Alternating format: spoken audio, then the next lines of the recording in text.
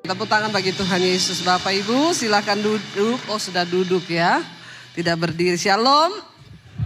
Apa kabarnya hari ini? Luar biasa ya. Tadi pagi saya menyampaikan firman Tuhan dengan tema ya, aman dalam perlindungan Allah. Masih dalam tema yang sama, sebab tema mingguan di tempat ini adalah tentang Tuhan itu perlindungan ya, gunung batu kita.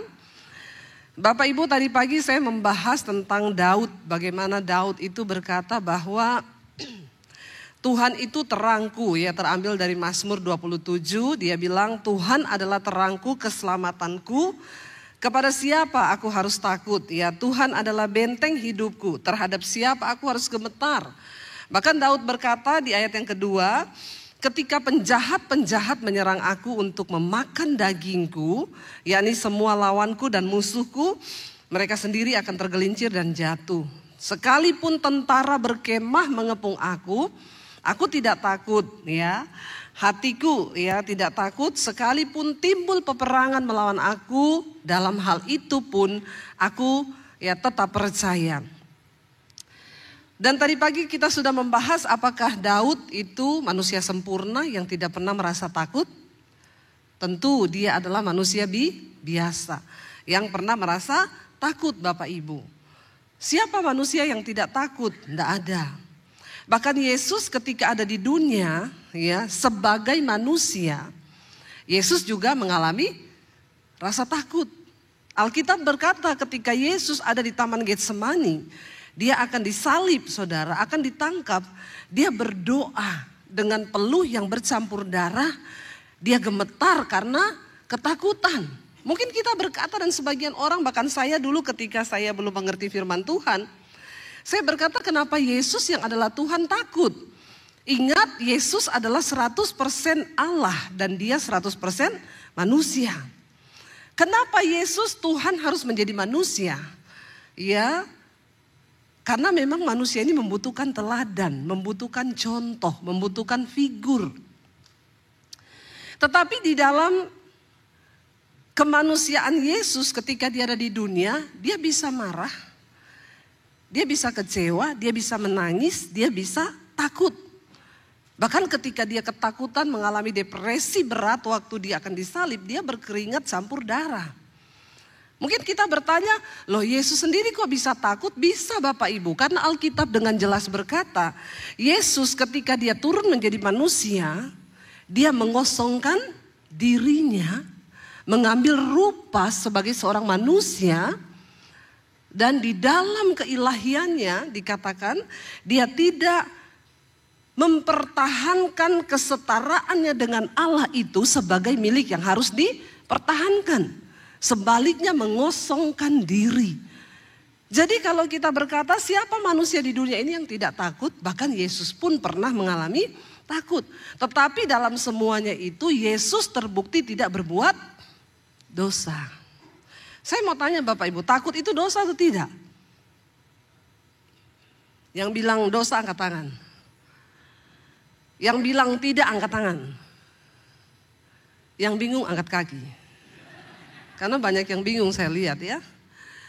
Ya, takut itu adalah manusiawi ya. Karena ya namanya daging manusia itu ya bisa takut. Dan itu bukan dosa ya.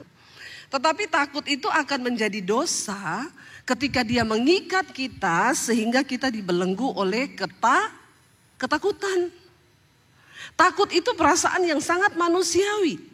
Tapi ketakutan itu merubah menjadi ikatan roh. Sehingga apa-apa takut. Apa-apa takut. Dan tadi pagi saya sudah terangkan bahwa apa yang kita takutkan itu yang akan menimpa kita. Dan apa yang kamu cemaskan itu yang akan mendatangi kamu. Makanya jangan sampai biarkan kita diserang oleh roh ketakutan. Saya pernah Bapak Ibu ketika satu saat saya pelayanan di satu gereja. Di Jakarta ini lalu siang-siang itu ada jam ya seperti di sinilah jam 10 nanti sampai jam 4. Orang gerejanya tanya, ibu mau istirahat di mana? Ya kalau di sini enak, sudah diajak makan ya sama Pak Yusuf ya. Jadi waktu itu tidak terasa kita makan, cerita-cerita, pulang ke hotel. Udah jam 3 ganti baju lagi, mandi, sudah kesini lagi. Waktu di Jakarta itu saya ditanya, ibu mau pulang atau mau di gereja aja istirahat? Ya saya karena itu di Jakarta juga, kalau saya pulang macet lama. Sementara ibadah nanti sudah jam 4, enggak usah, saya enggak pulang, saya istirahat di gereja saja. Oh begitu, iya. Lalu saya, oh iya Bu, mari Bu ikut ya sama pengerjanya.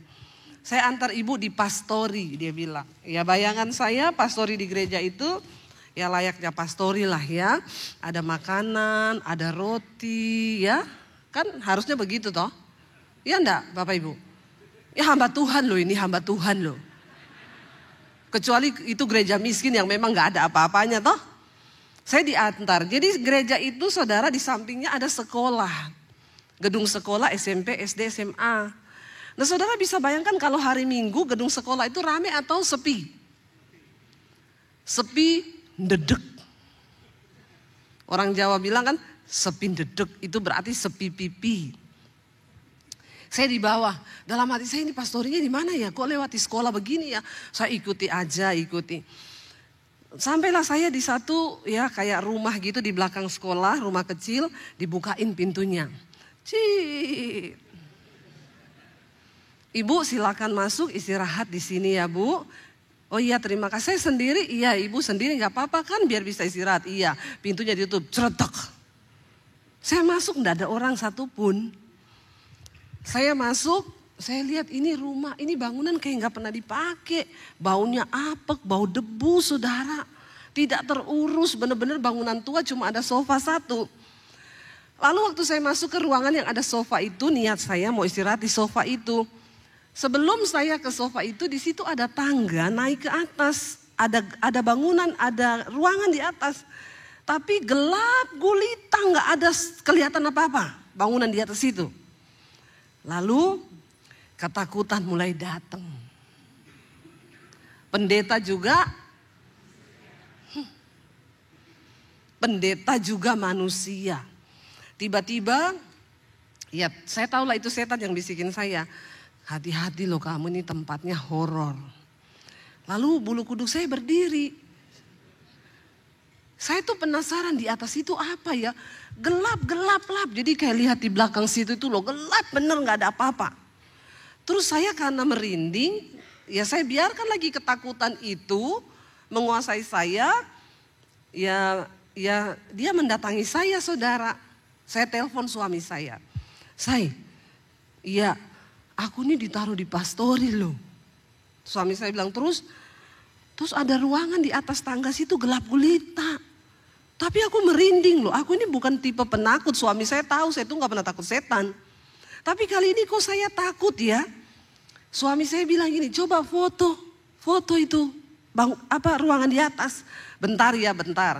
Saya tutup dulu. Saya foto begini saudara, begitu cekrek mati lampu. Jangan tertawa, berdosa loh. Orang mesake malah guyu. Saya kaget dan syok. Wah iki setan tenan iki. Saya telepon suami saya. Say, tahu ndak? Begitu aku cekrek, lampunya mati. Terus suami saya bilang, lah terus piye kamu keluar dulu. Lah iya aku tak cari-cari jalan keluar, ini gelap gulita. Ya nyalain HP-mu, saya sudah takut lagi mau nyalain HP, tiba-tiba ada penampakan. Jadi saya sambil mencari-cari jalan keluar, saya dengar saudara temboknya digaruk-garuk gini. Aduh setan ini, bener setan ini. Saya bahasa roh, memang bahasa roh itu harus keluar dalam waktu-waktu tertentu ya. Urala basika takar dalam nama Yesus. Sambil cari-cari jalan ini. Saya coba hidupin lampunya ada di situ di tembok, tek enggak nyala. Ya udah saya tak keluar cepat-cepat dalam nama Yesus, darah Yesus. Saya keluar, akhirnya ketemu pintu. Untung ya enggak dikunciin dari luar saya. Kebangetan loh saudara, memang ini suka duka dalam pelayanan ya begini ya. Saya buka pintu, saya keluar, saya lari, itu masih siang di luar tuh masih jam 3-an. Saya lari saudara melewati sekolah-sekolah kosong itu, ada rumah di situ. Saya ketok pintunya. Siang, selamat siang, ibu-ibu pengerja di gereja itu keluar. Iya Bu Debbie, ibu dari mana? Saya tadi istirahat di pastoris itu Bu. Ya ampun, ibu ditaruh situ. Lah emang ditaruh mana? Pikir. Ya ampun, siapa yang taruh ibu di situ? Yang nggak tahu tadi orang gereja lah yang taruh saya di situ. Katanya itu pastori. Masuk Bu. Saya duduk. Bu, di sini enggak mati lampu? Enggak. Dari tadi enggak mati lampu? Enggak. Dia cuma berjarak berapa rumah loh saudara. Beneran Bu enggak mati lampu? Bener. Bu, bukan apa-apa ya Bu. Itu saya tadi serem loh di pastoris itu. Dia bilang gini, maaf ya Bu Debbie, ini memang dulu semua kuburan. Bekas kuburan. Tapi semua jenazahnya itu sudah diangkat. Kecuali yang di pastori itu. Itu bawahnya masih jenazah semua. Dalam hati saya astagfirullah subhanallah. Ini orang gereja dia kayaknya mau coba iman saya. Ini pendeta ini ya mempan apa enggak. Tapi suami saya bilang coba kamu lihat fotonya. Yang tadi kamu foto ada penampakan enggak? Saya lihat enggak ada sih, gelap gulita toh. Tapi setidaknya nggak adalah setan berani menampakkan diri sama saya. Jadi kalau ada yang sedikit-sedikit lihat setan itu, berarti kau temennya. Tapi saya bersyukur, maksudnya ya lain kali ya itulah kalau kita biarkan ketakutan, dia berubah menjadi roh ketakutan yang akhirnya menyerang kita sendiri. Ya, jadi jangan biarkan ketakutan itu menguasai kita. Tadi pagi saya sudah bagikan apa kunci Daud mengalami kemuliaan Tuhan ketika dia ditangkap di Gad. Daud melarikan diri dari Saul, mau dibunuh, dia lari ke kota Gad. Sampai di kota Gad, Alkitab tadi siang kita sudah baca, Daud menjadi takut sekali. Bukan cuma takut, tapi takut sekali. Ketakutan yang begitu luar biasa. Tapi ternyata satu hal Daud berkata tadi pagi juga sudah kita baca. Kuncinya satu dia bilang, waktu aku ini takut, aku percaya kepada Tuhan. Jadi kuncinya saat kita mengalami ketakutan, maka kita harus belajar percaya kepada Tuhan. Bagaimana cara percaya pada Tuhan? Perkatakan firman. Ya. Perkatakan janji Tuhan, jangan biarkan ketakutan terus. Ya tadi pagi saya sampaikan, ada orang sakit kepala nih. Kanker, tumor. Padahal baru sakit kepala. Mungkin karena mendekati jatuh tempo. Biasa kan begitu toh. Tapi karena alay lebay, ketakutan, nih kanker tumor. Dia periksa ke dokter Surabaya, dokter bilang Pak ini enggak ada apa-apa. Enggak mungkin loh dok. Dokternya bilang, lo memang enggak ada apa-apa. Enggak mungkin. Lah, periksa ke Jakarta. Sampai Jakarta, dokter di Jakarta bilang, enggak ada apa-apa juga. Enggak mungkin loh. Malah maunya ada apa-apa. Karena dikuasai oleh ketakutan. Sudah berkesimpulan sendiri, enggak mungkin. Ini ciri-cirinya adalah ini. Ya. Saudara, Daud bilang ketika aku takut, aku percaya. Lalu kita akan belajar dari Daud hari ini, ya. Yuk kita kembali Mazmur 27. Kita ingin baca ayat yang keempat mulai. Tadi kita sudah baca 1-3 ya. Dia bilang sekalipun tentara berkemah mengepung aku, sekalipun timbul peperangan melawan aku dan lain sebagainya. Orang pengen bunuh aku, pengen makan dagingku, aku tak percaya. Ini kunci yang berikutnya yang Daud lakukan supaya dia itu merasa aman dalam perlindungan Allah. Ayat 4 baca bersama. Satu hal telah kuminta kepada Tuhan, itulah yang kuingini. Apa dia bilang? Diam di rumah Tuhan seumur hidupku, menyaksikan kemurahan Tuhan dan menikmati baitnya. Bapak Ibu, zaman dulu orang Israel itu kalau mau berdoa mereka pergi ke bait suci. Ide untuk mendirikan bait suci pertama kali itu idenya siapa? Ada yang tahu? Ide untuk membangun bait suci pertama kali idenya ada Daud. Ketika Daud sudah dilantik menjadi raja, istananya dibangun dengan megah dari kayu-kayu aras. Lalu Daud itu suruh ambil tabut perjanjian untuk dibawa ke Yerusalem. Dan tabut itu ditaruh di satu kemah. Ketika Daud sudah duduk di istananya yang nyaman, yang megah. Lalu Daud berpikir begini, kok aku enak-enakan duduk dan tinggal di rumah mewah. Tapi Tuhan cuma tinggal di kemah. Aku akan mendirikan satu rumah bagi Tuhan. Karena tabut Allah itu adalah tempat Tuhan bersemayam. Tabut Allah itu bicara tentang kehadiran Tuhan. Ketika Daud baru muncul ide, kerinduan untuk membangun bait Allah, Tuhan berfirman, ya, lewat nabinya berkata kepada Daud, memang aku tahu hatimu ingin mendirikan bagiku rumah kediaman, tapi engkau tidak dapat membangun rumah itu bagiku. Sebab tanganmu itu kotor berlumuran darah. Daud dipakai Tuhan untuk berperang melawan suku-suku yang berperang melawan Israel. Lalu Tuhan berkata, engkau yang punya kerinduan, tapi anakmu Salomo yang akan membangun rumah itu. Ketika Salomo menjadi dewasa, Salomo membangun bait Allah. Saya kemarin dari Israel. Puji Tuhan, saya dapat kesempatan kemarin masuk di dalam kubah emas, Dome of the Rock. Kubah emas itu kenapa menjadi satu bangunan yang sangat bersejarah untuk 3 agama di dunia. Ya, Dome of the Rock bangunan yang sangat bersejarah dan diperebutkan oleh 3 agama. Yang pertama oleh orang Yahudi, yang kedua oleh orang Muslim, yang ketiga orang Kristen. Bagi orang Yahudi tempat itu bersejarah karena di sanalah Abraham dulu mempersembahkan Ishak di Bukit Moria. Itu Dome of the Rock yang saudara sering lihat itu.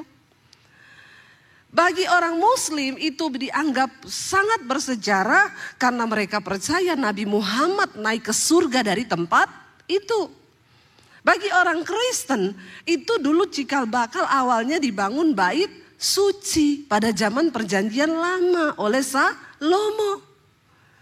Jadi kenapa tempat itu menjadi bersejarah bagi 3 agama? Ya karena ya itu tadi sejarahnya Bapak Ibu. Nah sekarang siapa yang menguasai tempat itu? Muslim. Tapi yang menjaga adalah polisi Israel. Kita satu grup kemarin masuk sampai di halaman, saya dan suami masuk sampai di dalam, saya melihat tuh semua bangunannya emas ya.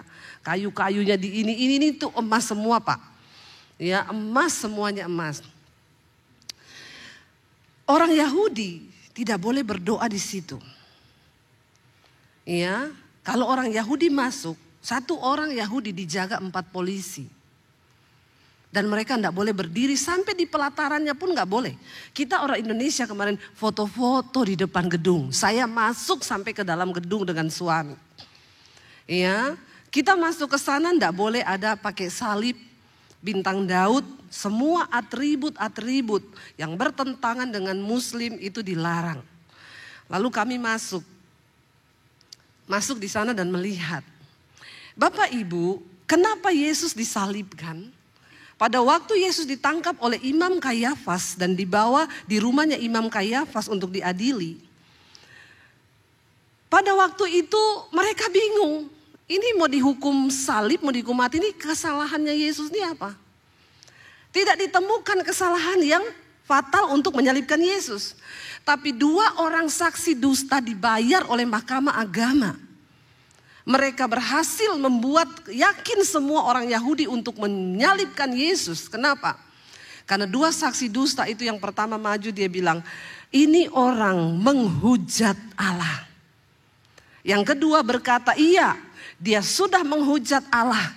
Dan dia menghujat raja, dia berkata dia adalah raja orang Israel. Tetapi yang paling fatal, omongan Yesus itu dipakai untuk menghukum dia. Yesus berkata, aku akan merobohkan bait Allah ini dan aku akan membangunnya kembali dalam waktu 3 hari. Bagi mereka, bait Allah itu adalah sebuah bangunan yang sangat sakral. Karena di situ orang Israel pergi ketemu dengan Tuhan. Di bait Allah saja Tuhan hadir pada zaman itu. Allah berbicara lewat imam yang bisa masuk ke ruang Maha Kudus setahun sekali untuk korban penghapus dosa. Tapi ketika Yesus ada di bumi, dia bilang, aku adalah domba Allah yang dipersiapkan, aku akan mati untuk menebus dosa dunia. Aku akan merobohkan bait Allah itu dan akan membangunnya kembali dalam waktu 3 hari. Karena itu barang siapa yang percaya kepada Yesus, kita nggak perlu lagi datang berdoa di bait Allah itu, mempersembahkan korban, sembelih kambing domba, karena Yesus menjadi anak domba Allah yang darahnya tersembelih dan dipakai untuk menghapus dosa seluruh orang yang percaya kepada Dia. Bapak Ibu bayangkan kalau sampai hari ini korban penghapus dosa itu masih berlaku. Saya mau tanya, itu di pasar itu cukup nggak lembu, kambing, sapi untuk kita makan? Ya, dosa kita sama lembu lebih banyak mana? Lebih banyak dosa kita toh?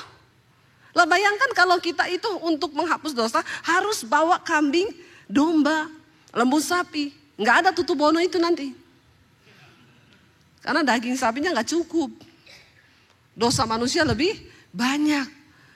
Makanya Allah berinisiatif lewat Yesus, dia datang. Nah, kenapa sampai hari ini orang Yahudi berdoa di tembok ratapan? Tembok ratapan itu disebut juga tembok barat. Karena orang Yahudi tidak boleh berdoa dalam bangunan itu, dalam Dome of the Rock itu. Mereka berdoa di tembok ratapan, tembok barat itu karena mereka percaya tembok ratapan itu adalah tembok bagian ruang maha suci. Jadi mereka berdoa di sana. Salah satu pokok doa yang mereka naikkan di tembok ratapan adalah mereka meminta Mesias untuk datang karena mereka sendiri menolak Tuhan Yesus. Ya, Israel itu Kristennya cuma 2% saudara. Tapi sudah ada yang Kristen. Jadi jangan orang Indonesia beranggapan kalau Israel itu Kristen. Nanti Israel Palestina berantem, orang Kristen lagi yang dianiaya. Lucu, lebih banyak Kristen di Palestina daripada di Israel. Ya, jadi yang tidak mengerti itu makanya jalan-jalanlah ke Israel ya. Nggak usah takut, kalau belum waktunya mati tidak mati. Saya tahun ini 2 kali berangkat. April setelah bom 400 rudal Iran masuk ke Israel, kami berangkat. Ya, kemarin minggu lalu saya baru pulang lagi. Ya, orang bilang, "Bu, ibu nggak takut bom?" Kalau belum waktunya mati, tidak mati. Iya saudara. Makanya kenapa saya kalau bawa grup, saya nggak bolehin mereka pergi berdoa di tembok ratapan. Kamu kan bukan orang Yahudi. Kamu kan udah percaya Yesus. Ngapain kau pergi berdoa di tembok ratapan situ? Apalagi terima titipan-titipan doa. Jangan ada jemaat yang bodoh ya. Ada pendeta mau ke Israel, titip ya. Apa ini? Doa. Masukin di tembok ratapan. Ya, saudara, begitu dimasukin, saya bilang kemarin sama peserta saya, lihat tuh, habis dimasukin semua tuh tukang sampah datang. Doamu sampai ke surga? Pret. Ya, jangan bodoh. Terus setelah kau titip doa di tembok ratapan, terus surga bergetar gitu. Hello? Nggak ada. Yesus berkata kepada perempuan Samaria, nenek moyangmu berdoa di gunung mencari Allah. Kami orang Yahudi berdoa di Yerusalem untuk ketemu Allah. Tapi ada saatnya aku akan berkata kepadamu, kamu tidak perlu datang ke Yerusalem untuk berdoa, kamu tidak perlu datang ke gunung, karena Bapa mencari penyembah benar, yang menyembah Bapa dalam roh dan kebenaran. Amin. Amin. Kita nggak perlu lagi datang berdoa di bait Allah. Nggak perlu berdoa di tembok ratapan. Ya saya paling tidak menerima orang, Bu Debi mau ke Israel kan titip formulir doa ya, kagak mau. Kalau amplop saya mau. Kasih saya duit, saya terima. Kalau formulir doa nggak mau. Ngapain saudara? Ya, Yesus sudah merobohkan bait Allah itu dan dengan kematiannya tidak ada lagi penghalang antara kita dengan Tuhan.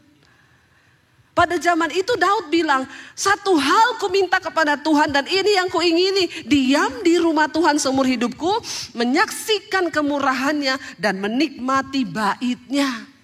Roma pasal 12 ayat yang pertama, dikatakan apa saudara? Ya, persembahan yang benar. Ya, persembahkanlah tubuhmu sebagai persembahan yang benar, yang hidup, yang kudus, yang berkenan kepada Allah. Itu adalah ibadahmu yang sejati. Tidak tahukah kamu bahwa tubuhmu itu adalah bait Allah yang hidup? Jadi sekarang bait Allah ada di mana? Di Yerusalem? No. Bait Allah di mana? Dalam hati kita.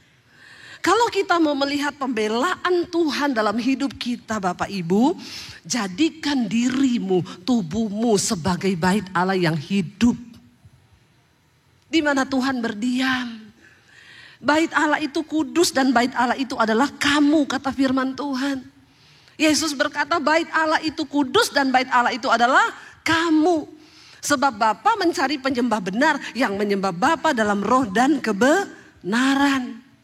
Kalau engkau mau merasa aman dalam hadirat Tuhan, jadikan dirimu, hidupmu, tubuhmu sebagai bait Allah yang hidup. Ingat, bait Allah itu kudus. Tuhan gak mau tinggal dalam hati orang yang penuh kotor dengan dosa, kepahitan, kebencian, iri hati, kenajisan, percabulan, selingkuh. Ya, maaf saudara, tidak semua orang akan mengalami rasa aman dalam perlindungan Tuhan. Hanya orang-orang yang mau berkata seperti Daud, aku mau tinggal di bait-Mu, menikmati bait-Mu. Dulu bait Allah itu di Yerusalem, Dome of the Rock itu. Tapi sekarang bait Allah itu adalah kita ini, tubuh kita yang hidup. Mari jadikan Tuhan ada dalam hidup kita. Kalau Tuhan ada dalam hidup kita, maka aman, tenang, damai, sejahtera. Kita lanjut dikatakan ayat yang kelima. Sebab ia melindungi aku dalam pondoknya pada waktu bahaya. Ia menyembunyikan aku dalam persembunyian di kemahnya. Ia mengangkat aku ke atas gunung batu. Maka sekarang tegaklah kepalaku mengatasi musuh sekeliling aku. Dalam kemahnya aku mau mempersembahkan korban dengan sorak-sorai. Aku mau menyanyi dan bermazmur bagi Tuhan. Karena Daud merasa orang kalau masuk di bait Allah itu sudah, itu tempat paling nyaman. Kamu tidak mungkin musuh datang ke bait Allah menangkap kamu. Ya, itu digambarkan sekarang Bapak Ibu, kalau kita berada dalam hadirat Tuhan, maka ketakutan lenyap, kekhawatiran lenyap.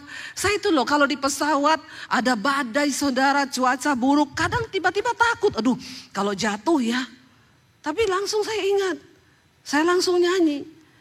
Pertolonganmu begitu ajaib, kau telah memikat hatiku. Tiba-tiba ketakutan itu sirna. Karena kita berada dalam pondoknya. Dalam hadirat Tuhan. Waktu kau sedang dalam masalah nyanyi, memuji Tuhan Bapak Ibu. Ya, Daud itu suka memuji Tuhan, mempersembahkan syukur. Kita baca ayat yang ke-6 karena waktunya tinggal 1 menit ya. Itu jam rusak gitu. Ayat yang ke-6. Maka sekarang sudah ayat yang ke-7 sekarang. Dia bilang apa saudara? Dengarlah Tuhan seruan yang kusampaikan, kasihanilah aku dan jawablah aku. Di dalam ketakutan, tidak usah cari manusia Bapak Ibu. Tidak usah cari teman curhat. Tempat curhat yang terbaik itu adalah kepada siapa? Tuhan. Hati-hati cerita masalahmu ke orang. Karena tidak semua temanmu itu pendengar yang baik. Banyak penyebar yang baik. Amin. Ya, kita ceritanya ubi sampai di sana kolak. Karena ditambah santan, gula ya. Ditambah garam jadi gurih di sana. aku mau curhat nih, ada masalah sama suamiku. Tapi jangan cerita-cerita ya, cuma sama kamu, janjilah. Iya, aku kan bestimu. Pret. Aku mau cerita nih, bener ya, yuk kita sambil ngopi biar lebih enak. Baru mau pergi kopi nih, temennya udah WA yang temen satu. Si ini mau curhat. Tentang apa? Nanti tak ceritain. Tapi cuma sama kamu loh ya. Karena ini rahasia. Dia cuma cerita sama aku loh. Jadi aku cuma cerita sama kamu. Karena kamu bestiku. Dibalas, iya Cin, udah gak sabar deh nunggu. Habislah kau. Ya enggak usah Bapak Ibu. Kalau kau ada masalah, datang di kaki Tuhan, nangis di kaki Tuhan, cerita kau sedang apa di kaki Tuhan, amin. Saya ini enggak ada teman curhat. Teman curhat saya suami saya. Iya, enggak usah, jangan percaya siapapun. Kita berteman aja sama orang, tapi jangan curhat. Tempat curhat terbaik Tuhan. Waktu kau takut, waktu kau kecewa, waktu kau marah, waktu kau sedih, datang sama Tuhan. Daud bilang, dengarlah Tuhan seruan yang kusampaikan, kasihanilah aku dan jawablah aku. Ayat yang ke-8 baca. Hatiku, Daud bilang, mengikuti firman-Mu. Carilah wajahku, maka wajah-Mu ku cari ya Tuhan. Bapak Ibu kalau mau mengalami keamanan, perlindungan yang dari Tuhan, dengar-dengar pada firman Tuhan. Kalau Tuhan suruh cari wajah Tuhan, cari wajah Tuhan. Nggak usah cari muka sama orang lain, amin. Ya, cari muka sama Tuhan. Cari wajah Tuhan. Kalau suruh mengampuni, ampuni. Nggak usah bilang gini, terlalu sakit Tuhan, aku nggak bisa. Nggak bisa Yura. Yura bilang bisa, kagak Yura. Yura sudah bilang bisa loh, kau bilang tidak bisa, bagaimana ini? Ya, ayo bersepakat dengan firman Tuhan. Waktu kita bersepakat dengan firman, mujizat terjadi. Jangan suka bantah firman, amin. Kalau firman bilang jangan khawatir, ya jangan khawatir. Kalau firman Tuhan bilang percaya saja, walaupun tidak masuk. Tapi waktu kita percaya itu terjadi. Yuk kita lihat ayat yang berikutnya. Ayat 9. Janganlah menyembunyikan wajahmu kepadaku, janganlah menolak hamba-Mu ini dengan murka. Engkaulah pertolonganku, janganlah membuang aku, janganlah meninggalkan aku, ya Allahku penyelamatku. Ayat 10 baca bersama. Sekalipun apa? Namun Tuhan menyambut aku. Sekalipun ayahku dan ibuku membuang aku, tapi Tuhan menyambut aku. Bapak Ibu, Daud ini seorang yang mengalami hal yang luar biasa. Penolakan berkali-kali dari masih kecil. Dia ini semua kakak-kakaknya disekolahkan tentara, ikut wajib militer. Daud tidak. Bapaknya bilang, kau itu tidak masuk hitungan. Jadi kau itu di padang gurun saja gembalakan kambing domba. Satu saat ketika Samuel mendapat suara Tuhan. Tuhan bilang, Samuel, kau pergi ke Isai di Bethlehem. Lalu kau akan mengurapi salah satu orang anak laki-lakinya untuk menjadi raja atas Israel. Lalu Samuel datang, Isai, besok pagi jam 9 kamu datang ke sini, saya akan mengurapi seorang dari anak laki-lakimu untuk menjadi raja Israel. Menurut saudara itu berita yang wow nggak? Tidak disebutkan siapa anaknya. Lalu Isai pulang ngomong ke anaknya semua laki-laki, besok semua kamu mandi pakai baju prajurit, datang ke satu upacara ketemu Nabi Samuel. Dia akan mengurapi salah satu dari kalian untuk jadi raja. Lalu semua mempersiapkan baju. Daud bilang, "Pak, aku pakai baju apa? Kecuali kau." Kau ndak ada tampang jadi raja. Jadi besok kakak-kakakmu toh, kau tetap menggembalakan kambing domba di sana. Bapak Ibu, menurut Bapak Ibu, Daud itu tertolak dalam keluarganya? Iya tertolak karena dia tidak diperhitungkan Karena memang ya secara tampang tidak meyakinkan, pinter juga kagak. Tapi dia punya roh yang luar biasa dan hati yang tulus sama Tuhan. Jadi pada hari itu, waktu kakaknya sudah rapi semua pakai baju prajurit, kira-kira Daud itu kayaknya di belakang pintu ngeliat gini loh.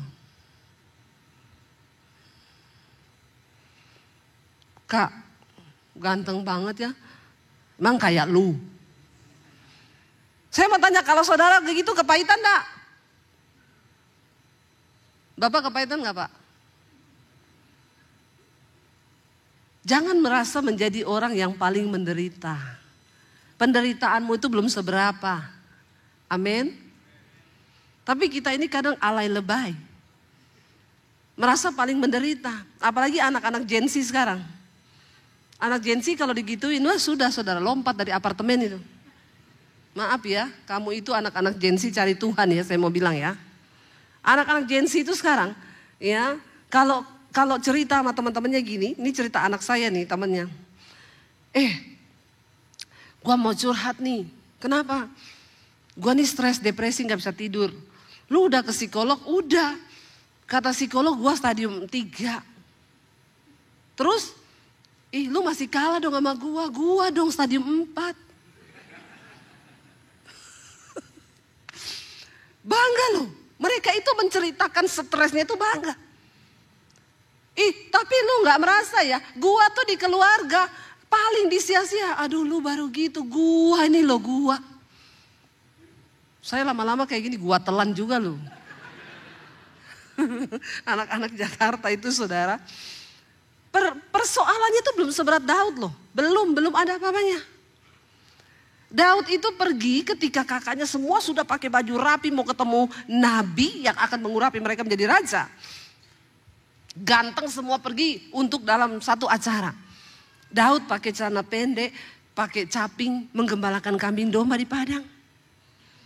Lalu ketika satu-satu orang lewat, ketika Eliab yang paling tua lewat, ganteng, tinggi, besar, body prajurit banget memang. Body meyakinkan. Lalu Samuel berkata dalam hati, pasti ini yang akan diurapi Tuhan menjadi raja. Tampang si raja banget. Jangan lihat orang dari tampangnya saudara. Karena Tuhan melihat hati. Jaga hatimu. Selewat Tuhan bilang sama Samuel, Samuel, engkau melihat apa yang kelihatan.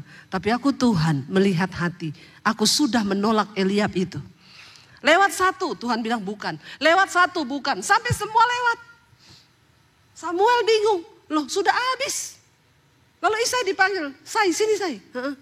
Ini semua anakmu. Kenapa gak ada satupun yang Tuhan pilih? Gak mungkin lah ini Tuhan salah. Kata Isai gini. Ada. Tapi ya ampun tidak mungkin yang itu. Nggak usah itu kau panggil, nggak ada potongan raja, nggak ada potongan prajurit. Kagak, dia tuh sana loh lagi menggembalakan kambing domba yang cuma berapa ekor. Tapi tiba-tiba Samuel bilang, kita tidak akan duduk makan, tidak akan memulai acara ini kalau dia nggak kau panggil ke sini. Cepet-cepetan. Tidak dicerita di situ Daud pulang dulu ganti baju pakai baju pahlawan. Mungkin ya ada kemungkinan dia datang dengan model yang lusuh dari padang tuh langsung ditarik. Dengan culunnya dia datang, kecil, mungil dan dekil.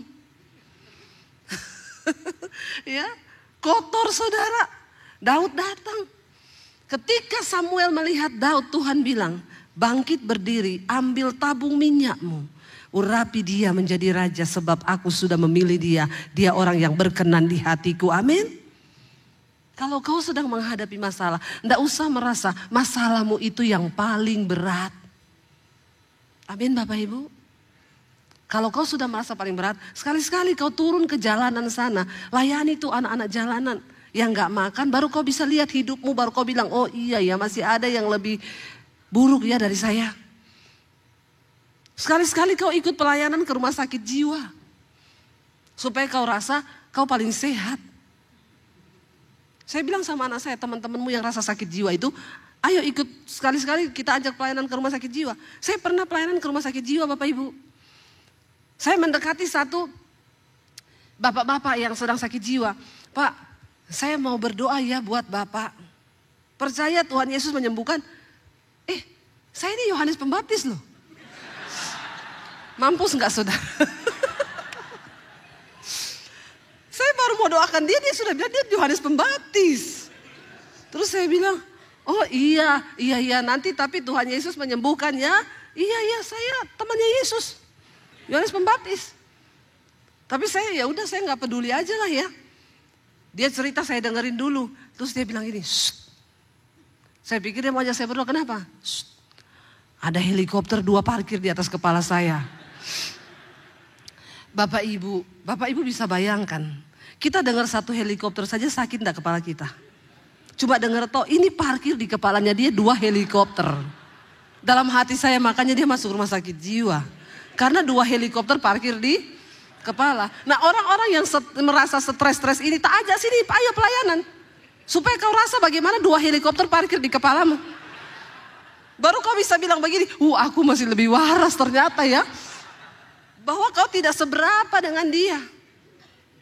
Terus saya bilang, oh iya nanti Tuhan Yesus usir ya helikopternya ya, kita berdoa. Udah mau berdoa, saya disuruh diam lagi, kenapa? Saya mau kentut. Itu pengalaman saya pertama dan terakhir kayaknya Bapak Ibu. Saya menyadari bahwa itu bukan panggilan saya. Ya. Tapi waktu saya doakan dia jatuh rebah. Ya, dan itu rebah yang tidak dibuat-buat. Dan sekarang saya dengar sudah waras. Tidak ada lagi helikopter parkir di kepalanya. Jadi jangan kau merasa menjadi orang yang paling malang. Supaya kau itu bisa mendapatkan damai sejahtera dari Tuhan. Merasa aman dalam perlindungan Tuhan. Kalau kau merasa kau yang paling menderita, aduh kasihan deh lu. Daud ini yang dia katakan semua yang dia alami loh. Dia dibuang sama orang tuanya begitu saja, tidak dianggap. Saya pun pernah mengalami, sekalipun ayahku dan ibuku meninggalkan aku. Ini yang saya pegang dulu ketika saya diusir dari keluarga saya.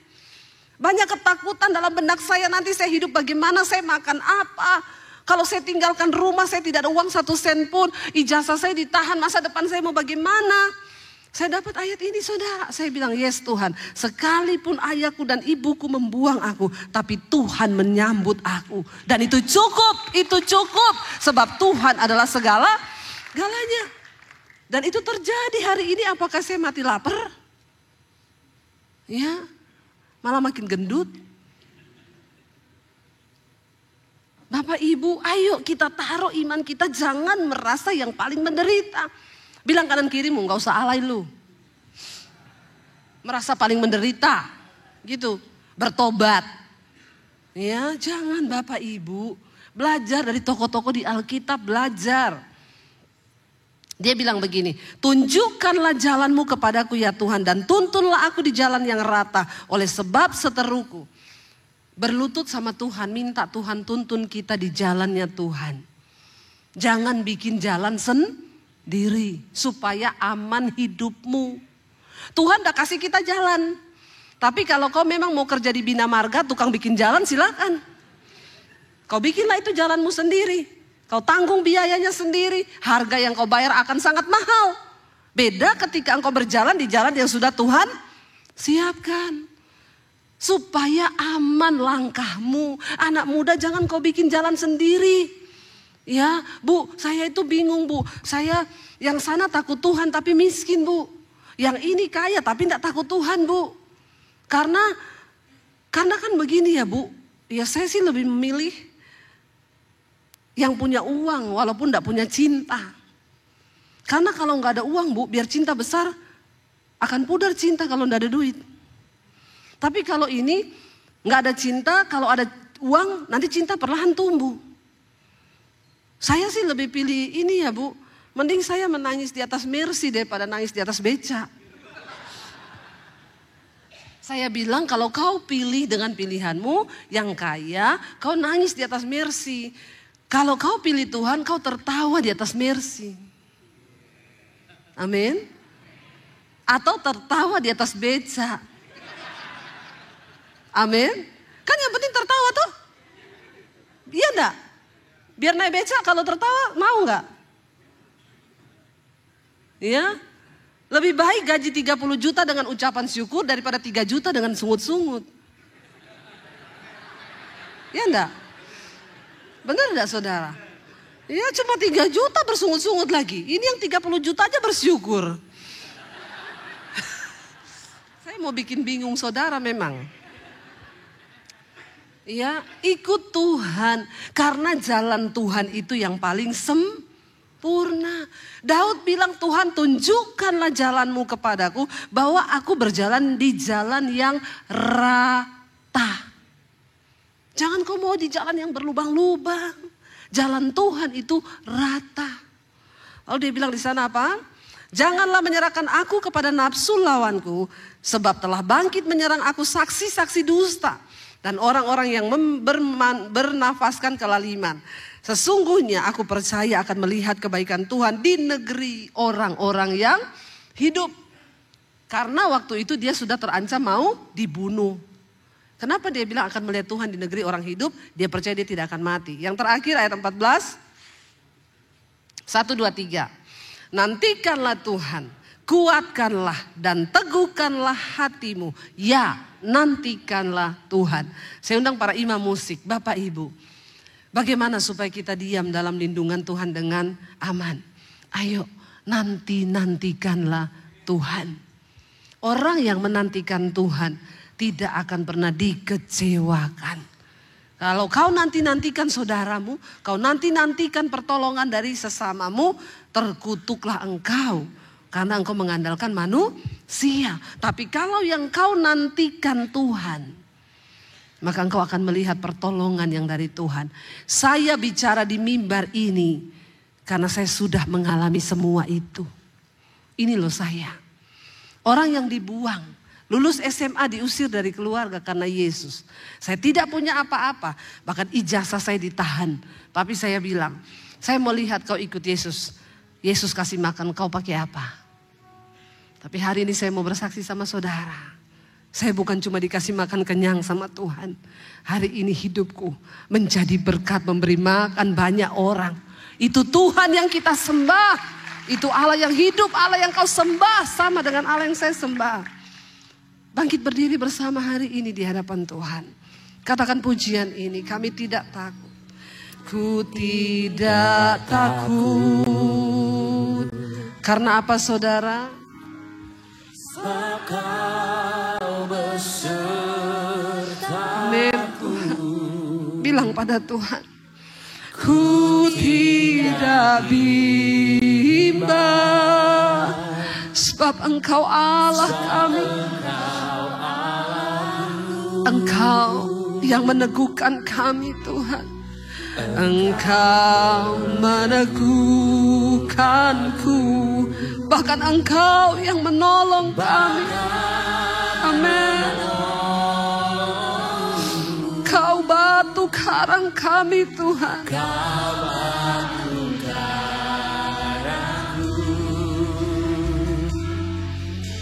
Yesus Tuhan. Sekali lagi katakan dengan imanmu, ku tidak takut. Ku tidak takut. Katakan pada rohmu, jiwamu saudara, jangan takut. Sebab Tuhan yang menyertai saudara dan saya. Kami tidak bimbang Tuhan.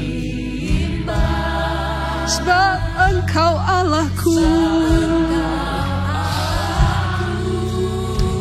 Engkau yang teguhkan kami Tuhan.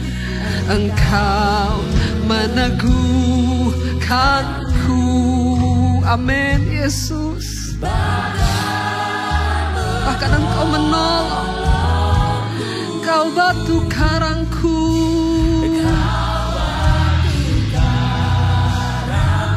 Engkau Yesus Tuhan. Mari angkat tanganmu pada Tuhan, katakan dengan iman. Yesus memegangku dengan tangan kananmu. Yesus yang beri kemenangan. Amin.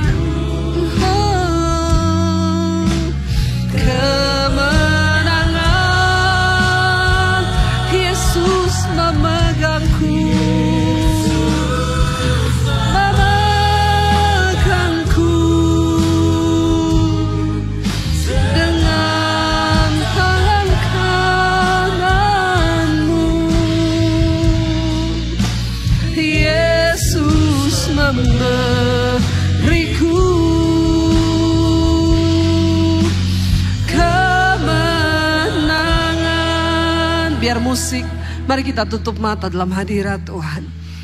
Apa ketakutan yang sedang engkau hadapi hari ini? Musuh apa yang sedang berdiri di depanmu? Mungkin engkau sedang takutkan keuanganmu di masa-masa yang akan datang, kesehatanmu, sakit penyakitmu. Mungkin engkau sedang takutkan panggilanmu ke depan seperti apa. Ada banyak hal, kekhawatiran yang bisa iblis panahkan ke dalam pikiranmu. Tapi hari ini saudara, ketakutan hanya akan melumpuhkan imanmu. Tetapi sebaliknya, waktu engkau memilih datang di bait Tuhan, berserah, angkat tangan dan berkata, ini kami Tuhan. Curhat pada Tuhan, datang pada Yesus. Dia mendengar setiap seruan, bahkan setiap tetes air mata. Ketika engkau berjumpa dengan kuasa Tuhan, tidak ada perkara yang mustahil. Bahkan sekalipun orang membuang engkau, kau tidak dianggap. Kau dianggap tidak mampu, tidak bisa, tidak mungkin.